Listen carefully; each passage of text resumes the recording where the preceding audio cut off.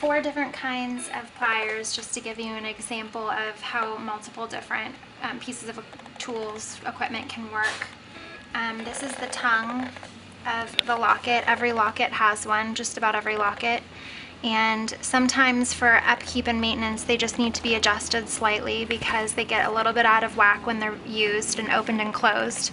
We check all of our Lockets twice before we ship them out, but they get jostled during shipping, and it's just that 3rd or 4th time, sometimes they just loosen a little bit. So to maintenance your Locket, you go ahead and you look at your tongue. Each Locket's going to be slightly different, but this one has a little bit of an arc to it, and so you're going to want the bottom of this arc to scrape the bottom of this opening here so that there's a little click. And this one doesn't have it because I adjusted it for this demo to show you how to adjust to make it click. So I'll just grab one of these guys, and I'm looking here and I can see after a few times that it's just not catching quite enough in there to hold.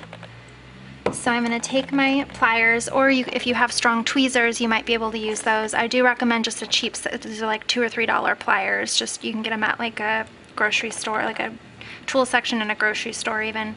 So you just kind of lightly grab the tongue and just give it a teeny tiny bend, just very almost undetectable bend.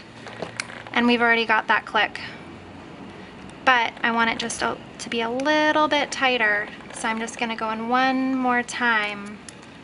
Just the teeny tiny little, just very, very small. And I think we're good.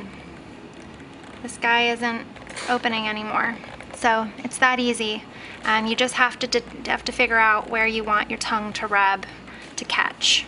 And it's just that very, very teeny tiny little movement, and you just play with it a little bit. And sometimes it takes 4 tries, sometimes it takes 5. Don't be afraid.